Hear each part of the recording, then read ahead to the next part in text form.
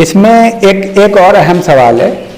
सवाल यह है कि क्या एनसीईआरटी पढ़ करके हम लोग मतलब आईएएस कर जाएंगे? ऐसे कई प्रश्न हैं कि एनसीईआरटी सफिशिएंट है, तो इसका जवाब है एनसीईआरटी सफिशिएंट नहीं है। एनसीईआरटी क्या है उसको समझना जरूरी है। एनसीईआरटी आपके एजुकेशन का नींव है, बेसमेंट है, ठीक है? उसको आपको तैयार करना है। आपको सपोज मकान बनाना है, तो सबसे पहले क्या बनाना पड़ता है? नींव बनाना पड़ता है, बेसमेंट तैयार करना पड़ता है। क्या बेसमेंट तैयार करके मकान तैयार हो जाता है? पूरी मकान तो बनाना बाकी है, लेकिन नींव तो सबसे मजबूत बनना चाहिए, यानी कॉन्सेप्ट आपका बहुत क्लियर होना चाहिए। तो एनसीईआरटी का काम करता है कि नींव को आपके तैयार करता है।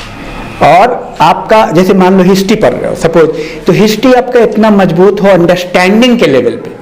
अब मान लो आगे जब आपको मकान बनाना है तो आगे रूम बनाएंगे ना, रूम में खिड़की भी बनाएंगे, दरवाजे भी लगाएंगे। इन सारी चीज़ों के लिए आपको बहुत सारे ईंटों की ज़रूरत है, बहुत सारे कंटेंट की ज़रूरत है, बजरी चाहिए, लोहा चाहिए, नीचे ज़्यादा लगा, नींव में ज़्यादा लगा, बहुत मेहनत की ज़रूरत है। लेकिन एक लेवल के बाद चाहिए ना, फिर छत ढलैया भी चाहिए, उसके बाद फिर पेंटिंग डेंटिंग चाहिए। पेंटिंग डेंटिंग वही है प्रैक्टिस। पेंटिंग देखें जब आएगी नहीं, मकान कच्चा रहेगा तो निखार आएगा, प्रैक्टिस से आएगा ना। प्रैक्टिस अब क्या होता है, जब मकान पूरा तैयार हो जाता है तो भाई पेंटिंग डेंटिंग से चमकना शुरू हो जाता है। उसी मकान को अगर पुराने अवस्था में देखो, खाली ईंटा लगा हुआ, कैसा लगता है? बहुत गंदा लगता है। तो आपने तो ये सारा समझिए सिस्टम है। तो एनसीईआरटी आपके लिए एक नींव तैयार करता है, एक बेसमेंट तैयार करता है। उसके बाद हमने आपको जो जैसे पिछली वीडियो में आईएएस पीटी मेंस कैसे तैयारी करें, किताबों की लिस्ट है बताया है, उसको भी पढ़ना है, टेक्स्ट बुक भी पढ़ना है, समझ रहे हैं? उसके साथ आपको बताया था कि यूनिक जो इलाहाबाद की है उसको भी पढ़ना है। पढ़ा बहुत मतलब पेशेंस की जरूरत है, काफी पढ़ने की जरूरत है आपको। अब तो सवाल ये पैदा होता है कि इसमें मैं आपको रिमाइंड कराना चाहता हूं कि इसके साथ साथ कई विद्यार्थी क्या एनसीईआरटी देख करके उनको लगता है बस यही है, अब आईएएस हो जाएगा। ये भी एक गलतफहमी है। इसके साथ आप एक कंसिस्टेंसी तैयार कीजिए अपने लाइफ में। आपको इनकंसिस्टेंट नहीं होना है, इस बात पे मैं बार बार फोकस कर रहा हूं। लास्ट मीटिंग में भी इस पे हमने चर्चा की थी, सर लोगों ने चर्चा किया था। कंसिस्टेंसी बहुत जरूरी है। अगर दूसरा सबसे इंपॉर्टेंट बात है पेशेंस। अब पेशेंस नहीं आएगा तो इनकंसिस्टेंसी आएगी। कंसिस्टेंसी बहुत जरूरी है। आपको एक ही पेज करना है, 2 ही पेज करना है एनसीईआरटी, आपको अपना बांधना है कितना करना है, ठीक है? साथ साथ में जीके जो बेसिक है 105 वीडियो उसको कंप्लीट करना है। हिस्ट्री की टेस्ट सीरीज को आपको कंप्लीट करना है, जितने भी हैं। तो एनसीईआरटी को साथ साथ में हिस्ट्री की पूरी करनी है। हिस्ट्री की मेन सीरीज कंप्लीट करनी है, जो अच्छी अच्छी बुक्स हैं हमारे द्वारा बनाए गए हैं। आप समझिए कितने लेवल पे आपको तैयारी करना है। आप पहले ईंटा लगाएंगे, मकान बनाएंगे, फिर सीमेंट लगाएंगे, फिर पेंटिंग डेंटिंग करेंगे, लेवल है ना। तो पहले तो आप बेस तैयार करेंगे एनसीईआरटी जीके 105, उसको कंप्लीट करना है, उसको छोड़ना नहीं है कि अब एनसीईआरटी में लग गया तो सब चीज खत्म। पैरेलल लेके चलना है, इंटीग्रेटेड है तैयारी, ये तैयारी आइसोलेटेड नहीं है। तो क्या क्या करना है उसकी फहरिस्त मैं आपको बताता हूं एक, कि आपको जीके 105 को कंप्लीट करना है याद करके। जीके टेस्ट सीरीज को सुनते रहना है, हिस्ट्री टेस्ट सीरीज भी कंप्लीट करना है, हिस्ट्री से एनसीईआरटी कंप्लीट करना है। ये हिस्ट्री की चूंकि बात कर रहे हैं, ये सारे सब्जेक्ट के लिए ऐसा ही करना है। हिस्ट्री की अभी टेस्ट सीरीज की बात कर रहा हूं, मेन सीरीज है जिसमें हमने बनाया हड़प्पा सभ्यता और अलग अलग क्या कहते हैं टॉपिक वाइज, उसको बाद में करना है। अभी एनसीईआरटी में सारी चीजें आपको मिलेंगी, लेकिन टेक्स्ट बुक भी आपको पढ़ना है। तो आपका लेवल है, आपको फिक्स करना है आपको कितनी वीडियो पढ़नी है, हिस्ट्री की कितनी टेस्ट सीरीज डेली करनी है, जीके की कौन सी टेस्ट सीरीज करनी है, जीके और हिस्ट्री एनसीईआरटी में कितने पेज पढ़ना है, कितने दिन में टारगेट है आपका, 5 दिन में खत्म करेंगे, 10 दिन में चैप्टर खत्म करेंगे, उसके अकॉर्डिंग काम करेंगे, ठीक है? तो ये था। अब इसमें साथ साथ हम आपको ये बता दें कि हम लोग बात कर रहे थे मुगल शासक के बारे में। हम एक बार रिव्यू आपका बताना चाह रहे हैं इस चैप्टर का, जो आधुनिक भारत का पूरी किताब का सॉरी पहले चैप्टर का 18वीं सदी का भारत, यही है ना। उसमें सबसे पहला टाइटल क्या है? मुगल काल, नहीं मुगल का है क्या, मुगल साम्राज्य का पतन। तो मुगल साम्राज्य के पतन में आप देखिए, जैसे औरंगजेब की मृत्यु होती है 1707 में, उनके तीनों बेटों की लड़ाई होती है, मुअज्जम, आदम और कामबख्श। मुअज्जम जो है क्या कह रहे कि बहादुर शाह प्रथम के नाम से जीतता है, और जो ट्रेंड चेंज होता है कि सूबेदार या ठेकेदार का वक्त आता है। मैं आपको ये बताऊं कि यहां तक शहजादे लड़ रहे थे, मुअज्जम, आदम और कामबख्श तक, लेकिन इसके बाद पूर्ण रूप से जब बहादुर शाह प्रथम की मृत्यु होती है और जहांदार शाह राजा बनता है, उसके बाद जहांदार शाह जुल्फिकार खां की मदद से राजा बनता है। देखिए मदद से आ जाता है, बीच में सपोर्ट आ जाता है। सबसे पहले बहादुर शाह, औरंगजेब के बाद, उसके बाद जहांदार शाह, उसके बाद बनता है फर्रुख सियर।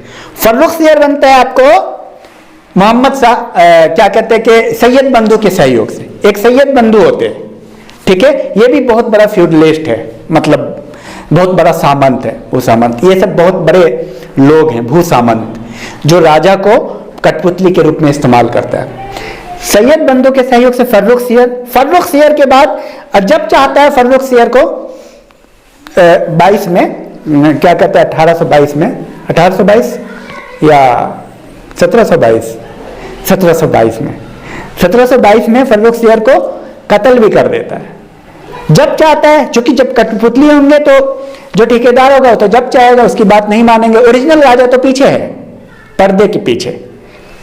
फर्रुख सियर को भी मार देता है, तब बनता है मोहम्मद शाह राजा। मोहम्मद शाह भी बनता है सैयद बंधु के सहयोग से। सैयद बंधु दो भाई हैं, उनका नाम है हुसैन अली खां और क्या कहते हैं, एक है हसन, ठीक है, हसन और हुसैन। तो ये दोनों भाई होते हैं, इनको सैयद बंधु कहते हैं। ये राजा निर्माता कहलाते हैं, राजाओं को बनाने वाले। इतिहास में इन दोनों का नाम है। उसके बाद मोहम्मद शाह के शासन काल में आप समझिए करीब 24 में इन भाइयों की मृत्यु हो जाती है, इनको कत्ल करवा दी। दूसरा ठेकेदार बहुत मजबूत होता है, अमीनुल मुल्क, क्या कहते हैं कि वो हैदराबाद, निजामुल मुल्क वगैरह होता है, वो एक नए राज्यों की स्थापना करते हैं हैदराबाद, वो बहुत मजबूत होता है। तो उनको कत्ल करवाता है, उनके ठेकेदार को, और उसके सहयोग से फिर मोहम्मद शाह होता है। मोहम्मद शाह इनकी बात नहीं मानते हैं, क्या कह रहे कि तो निजामुल मुल्क जाकर के दक्षिण में हैदराबाद राज्य की स्थापना कर लेते। मैं ये बात बता रहा हूं कि इस तरह का सिलसिला ये चलता रहता है। मोहम्मद शाह के बाद अहमद शाह के बाद उसके बाद आलमगीर द्वितीय है, उसके बाद अकबर द्वितीय है, शाह आलम द्वितीय है, उसके बाद अकबर द्वितीय है, बहादुर शाह जफर, बीच में सिराजुद्दौला, सिराजुद्दर्जात भी आता है। तो ये सारे इस बीच में 1803 में दिल्ली पर अंग्रेजों का पूर्णतः कब्जा हो जाता है, ठीक है। 1857 तक ये हुकूमत रहती है। इस चैप्टर में, और आपको मैं ये बताऊं, एनसीईआरटी जो है एक आयाम को लेके फोकस नहीं करती, वन डायमेंशनल नहीं होती है, वो मल्टी डायमेंशनल होती है। अब देखिए थोड़ा सा उसको मैं बीच में इसलिए बता रहा हूं कि 3 बड़ी शक्ति होती है, मराठा, मुगल और अंग्रेज। अहमद शाह अब्दाली, नादिर शाह का नाम आपने सुना होगा। नादिर शाह का आक्रमण होता है आपको मोहम्मद शाह के समय में। नादिर शाह का आक्रमण होता है करीब एक सेकंड में। हाँ, तो नादिर शाह, देखिए हिस्ट्री को समझिए। नादिर शाह ईरान से आक्रमण करता है भारत पे, और आक्रमण करने की वजह उसके कुछ फौजियों को यहाँ पे दिल्ली में मारा जाता है, ठीक है। उसके बदले में और अपार धन के कारण आकर्षित होता है वो, और 1739 में करनाल में युद्ध होता है, हरियाणा के पास है। नादिर शाह का आक्रमण होता है, बेइंतहा लूट और कत्लेआम होता है। तो नादिर शाह का आक्रमण 1739 में होता है, और मुगल पूरे तौर पे परास्त होते हैं। कहानी को समझिए। तो मुगल सत्ता का खेल, अब मराठा जो दूसरी शक्ति होती है, अंग्रेज तीसरी शक्ति होती है, इन दोनों को समझ में आ जाता है कि मुगल का खेल खत्म है, अब हम लोगों का शुरू होगा। वो लोग अपने आप को अंदर से सोच रहे हैं कि अब मैं बनूंगा राजा, ठीक है, इस वंश के लोग। अंग्रेज या मराठा देखते होते हैं। अंदर से इनको खुशी होती है कि मुगल का काम तमाम हो चुका है। 1761 में जो पानीपत की द्वितीय लड़ाई होती है 1761 में, ठीक है, नादिर शाह का ही उत्तराधिकारी होता है अहमद शाह अब्दाली। वो आक्रमण करता है और उस समय मराठों पे आक्रमण करता है। मराठा सेना के 8000 सैनिक जो ऊपर के सेनापति होते हैं सबका कत्लेआम करता है, इतनी बड़ी संख्या में। उसका जो सेनापति होता है वो भी नहीं, सदाशिवराव भाऊ और भी जो खास लोग हैं कोई नहीं बचता है। अब ये इतिहासकार कहते हैं कि ये लड़ाई पानीपत की दूसरी लड़ाई ये तय तो नहीं करती है कि अब राज कौन चलाएगा, लेकिन ये तय कर देती है कि राज कौन नहीं चलाएगा। दो तो नहीं चलाएगा, दो में शक्ति नहीं है। कौन? मराठा और मुगल। मराठा जो सपना देख रहे थे वो भी नहीं चलेगा और मुगल भी नहीं चलेगा, लेकिन तीसरी शक्ति तो स्वतः थी, तीसरी शक्ति स्वतः थी। अब आप ये देखिए, इतने जो छिन्न भिन्न होते हैं और सब लोग आपस में लड़ने लगते हैं। हर जगह आप देखिएगा लड़ाई है। मराठा का प्रथम युद्ध, द्वितीय युद्ध, तीसरी युद्ध, हैदराबाद का। इस दौरान क्या होता है, जैसे अभी का भारत लीजिए तो भारत में क्या है, साउथ भी है, नॉर्थ भी है, बिहार भी है, यूपी भी है, मध्य प्रदेश भी है, राजस्थान भी तब भी था। तो एक शक्ति तो समझो कि केंद्रीय शक्ति है, मुगल था, दूसरी शक्ति मराठा था, तीसरी शक्ति अंग्रेज था, और भी बहुत सारी शक्ति थी, सिख थे। और मराठे बाद में 5 हिस्सों में विभक्त हो गए। सिंधिया, क्या कह रहे कि गायकवाड़, 5 हिस्से में वो डिवाइड हो गए। उसमें है सारा कंटेंट है, वो आप देख लीजिएगा। इसके साथ साथ आप देखिएगा केरल में कई लोग थे, राजा मार्तंड वर्मा। गुजरात में कोई शासन कर रहे थे, मारवाड़ में कोई शासन कर रहे थे, मारवाड़ के अजीत सिंह। क्या कहते हैं, मालवा में कोई शासन कर रहे थे, जय सिंह। मैं ये बताना चाह रहा हूं कि इतिहास जो है, एनसीईआरटी हर जगह आपकी नजर रखती है। सिर्फ और सिर्फ मोहम्मद शाह पे आपका नजर नहीं है।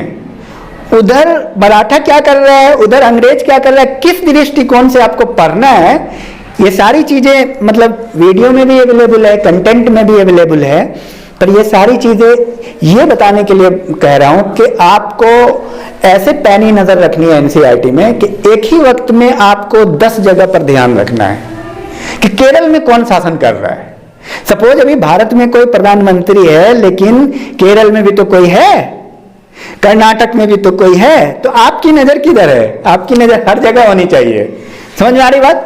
तो ये था मैसेज कि as a whole holistic approach में आपको एनसीईआरटी स्टडी कराना सिखाता है, आपको बहुआयामी बनाना सिखाता है। और आप सिर्फ और सिर्फ एनसीईआरटी पे डिपेंड होकर के नहीं रह सकते हैं। एनसीईआरटी के साथ साथ GK 105, history series, test series, उसको साथ साथ कंप्लीट करेंगे। ठीक है, ये था।